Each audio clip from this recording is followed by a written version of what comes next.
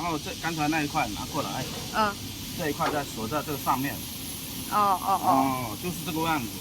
就是这样子是吗？对对对。那这个就是就等于说是它原来的这2个给它拆下来，然后再这样子，它是在这个位置。拆也可以，但是它这个螺丝变成就是要加长了。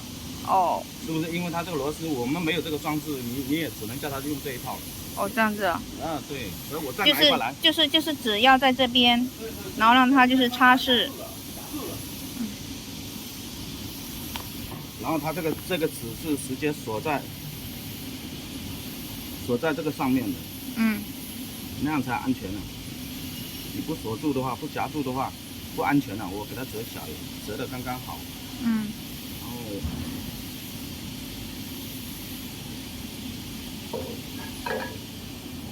就锁住。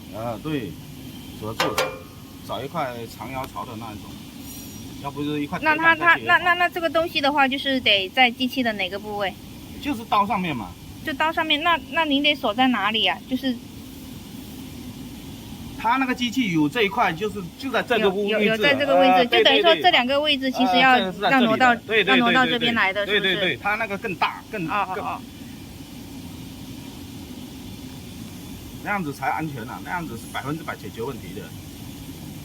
这2块纸就是要插这把刀的，这个意思。然后在这里是2个孔锁住了，那样子的话，这一把刀的话一直都在插。